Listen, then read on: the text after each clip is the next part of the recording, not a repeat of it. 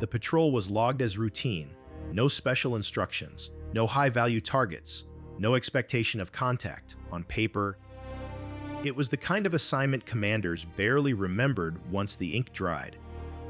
Another warship moving through contested waters, following a route that had been used dozens of times before. But somewhere between departure and dusk, one decision changed everything. It wasn't dramatic. No alarm sounded. No enemy was in sight. A course adjustment, a delay, a deviation so minor it barely warranted explanation. Yet that single choice would ripple outward, forcing convoys to reroute, escorts to redeploy, and enemy commanders to rewrite their assumptions about the sea. By the time headquarters understood what had happened, the patrol was no longer routine. It had quietly altered the way warships moved for the rest of the war. By the middle years of World War II, naval warfare had settled into patterns. Convoys followed predictable lanes. Patrol zones were defined by charts, intelligence estimates, and fuel calculations. Escorts rotated through assigned sectors. Submarines hunted where shipping was expected to be, not where it might surprise. This predictability was not laziness, it was necessity. The oceans were vast. Fuel was finite. Ships required maintenance. Commanders needed order to manage thousands of hulls across multiple theaters. Deviating from established routes introduced risk. Navigational errors, missed rendezvous, friendly fire incidents, and logistical breakdowns. Enemy planners understood this. German U-boat commanders and Japanese naval officers built their strategies around expected movement. Ambush zones were chosen based on historical traffic. Minefields were laid where ships were supposed to go. Reconnaissance focused on known lanes, not empty water. For a time, it worked. Losses mounted when convoys sailed through familiar corridors. Escorts chased threats where intelligence said they would be, often arriving too late.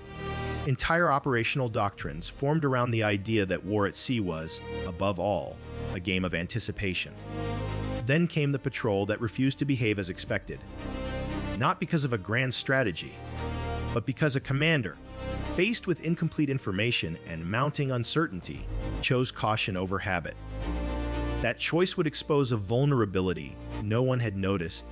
The enemy was defending routes, not outcomes. And once that realization spread, the map itself began to change. The officer who made the decision was not famous. He was not acting on secret intelligence or revolutionary doctrine. He simply trusted his instincts more than the chart in front of him. What began as a small deviation would soon be studied, copied, and institutionalized.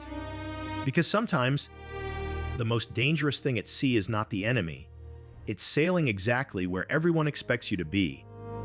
The patrol belonged to USS Tang, operating in the Formosa Strait in early 1944, one of the most heavily trafficked and heavily defended maritime corridors in the Pacific. On paper, Tang's assignment was unremarkable standard reconnaissance, opportunistic attacks if conditions allowed, then withdrawal along prearranged routes. The charts told a clear story. Merchant traffic hugged the coast. Escorts patrolled known lanes. Mines guarded choke points. The safest and most predictable course was already drawn. But the sea didn't match the paper. Captain Richard O'Kane noticed subtle discrepancies almost immediately. Radio intercepts suggested convoy movements that didn't align with expected schedules. Periscope sightings hinted at altered escort patterns. And perhaps most telling of all, the usual signs of heavy traffic, wakes, silhouettes, engine noise, were absent where they should have been. O'Kane had learned to distrust absence. Instead of committing to the planned intercept lanes, he made a small adjustment, slipping Tang west of the expected corridor into waters considered inefficient for convoy movement. It was not a dramatic turn. It did not violate orders, but it placed Tang where doctrine said there was little to find. What he found instead was a blind spot. Japanese routing had become optimized for defense, not unpredictability. Convoys were protected along habitual paths, while adjacent waters, assumed to be less useful, were thinly patrolled. In those gaps, ships moved with fewer escorts, relying on the belief that submarines would not waste time there. O'Kane exploited that belief methodically. Tang began encountering isolated freighters and poorly protected formations just outside standard lanes. Attacks were executed at night, often from the surface, using radar to track targets that believed themselves safe. Escorts arrived late, or not at all. The results were immediate and repeatable. Within days, Tang had scored multiple sinkings without triggering the intense counterattacks common in more heavily patrolled routes. The submarine was not just finding targets, it was doing so with lower risk. O'Kane reported the pattern upward. His conclusion was blunt. Enemy defenses were route-based, not adaptive. If Allied submarines varied their approach, slightly, consistently, and unpredictably, they could force the enemy to either defend everywhere or accept mounting losses. That insight would not remain confined to a single patrol. Command reception was cautious. Naval staffs valued predictability for good reasons. Rerouting patrols complicated coordination. Fuel consumption increased. Communications grew less reliable. Worst of all, deviation risked submarines blundering into friendly traffic or uncharted minefields. Some officers viewed Tang's success as situational, luck amplified by a skilled crew. But O'Kane persisted. He submitted patrol data, plotted encounters, and highlighted the correlation between route deviation and reduced escort response. He did not claim a universal solution, only that predictability itself had become the enemy. Other commanders quietly tested the idea. Submarines began drifting a few miles off expected tracks. Some delayed rendezvous by hours, others approached shipping lanes from oblique angles rather than head-on. The changes were subtle enough to avoid confusion, but significant enough to challenge enemy assumptions. The pattern repeated. Where submarines deviated, contacts increased. Where they adhered strictly to known routes, escorts were thicker and counterattacks harsher. Enemy responses lagged behind changes, revealing a planning system optimized for charts, not for thinking opponents. There were failures, too. A few boats wandered into poorly charted waters and had close calls with mines or grounding. One patrol missed a major convoy entirely by deviating too far. Critics seized on these incidents as proof that the method was dangerous. But the balance of evidence favored adaptation.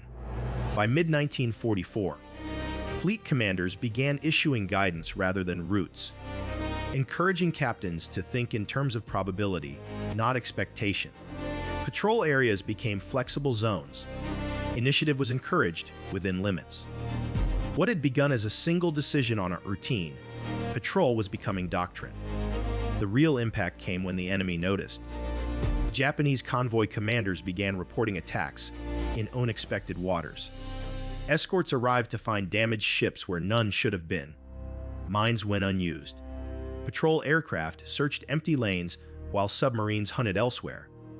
To compensate, the Japanese Navy attempted to widen defensive coverage. That created a dilemma. Defending more water required more ships, more fuel, and more coordination. Resources Japan increasingly lacked. Spreading escorts thin reduced effectiveness everywhere. Tightening defenses around all routes was impossible. The Allies had forced a choice. As route deviation spread across U.S. submarine forces, shipping losses climbed.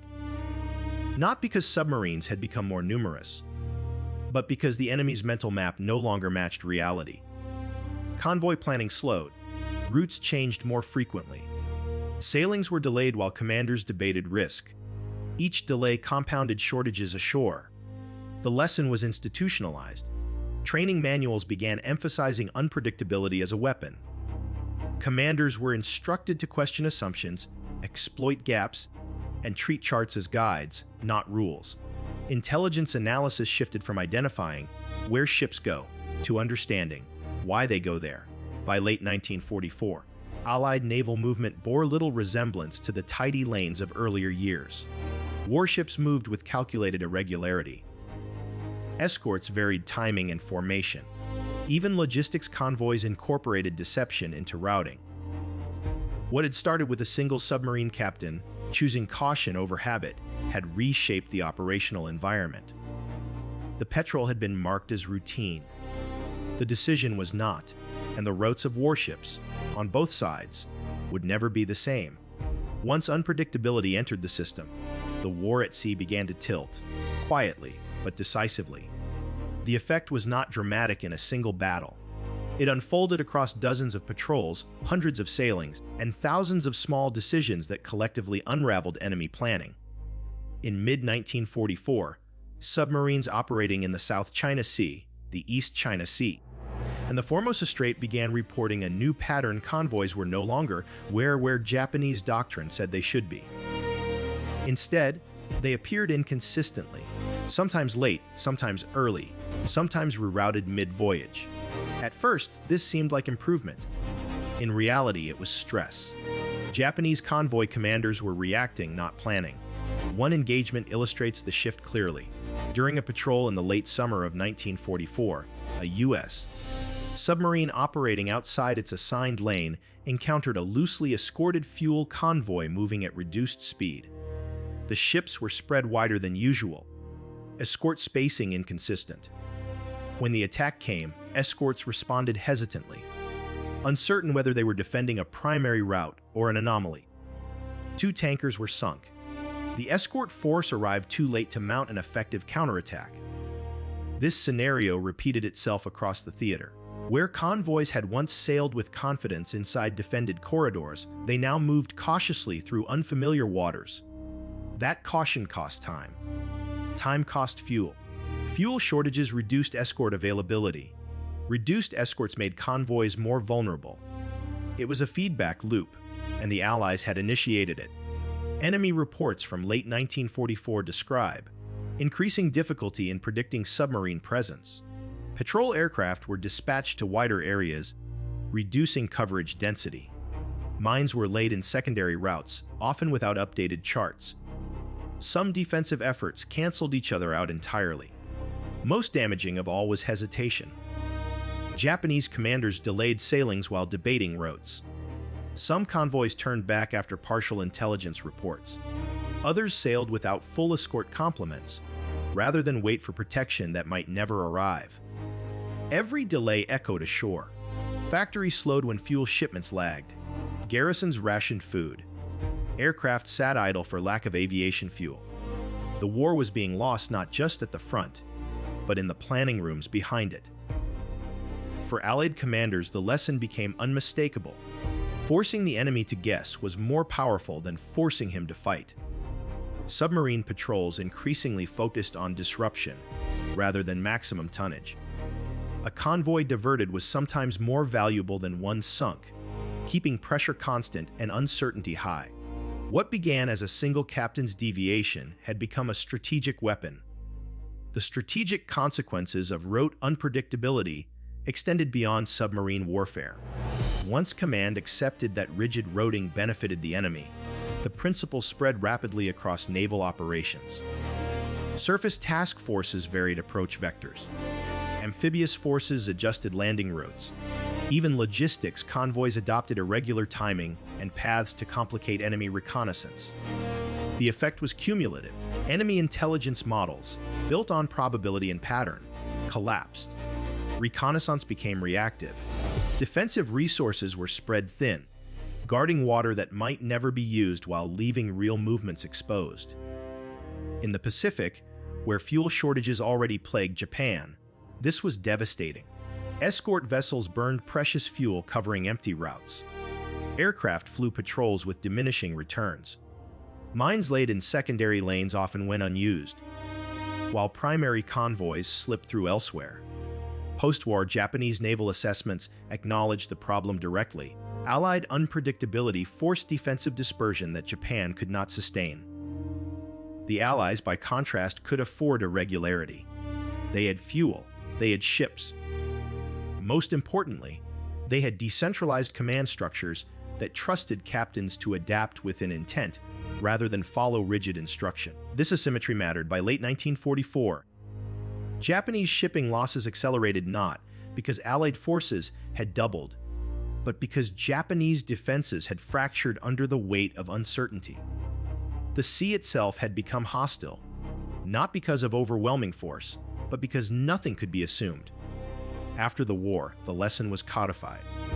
Modern naval doctrine emphasizes mission command, clear objectives paired with local decision-making authority. Predictability is treated as a vulnerability. Variation is built into planning. That philosophy owes much to experiences like this one.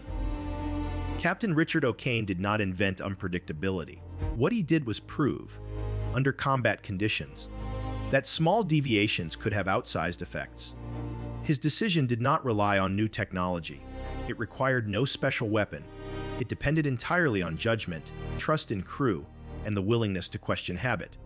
Today, naval exercises deliberately randomize routes, timings, and formations. Artificial intelligence systems model enemy expectations rather than enemy positions. The goal is the same as it was in 1944: deny the adversary certainty. The patrol that began as routine helped teach that lesson quietly without fanfare. This story is not about a battle, it is about a choice. In war, routines exist for good reasons. They create order in chaos. They allow thousands of moving parts to function together. But when routines harden into habits, they become predictable, and predictability is exploitable. One patrol deviated slightly from expectation, not enough to cause alarm, not enough to violate orders, just enough to reveal a truth the enemy had built his defenses around. The enemy was guarding roads, not thinking minds.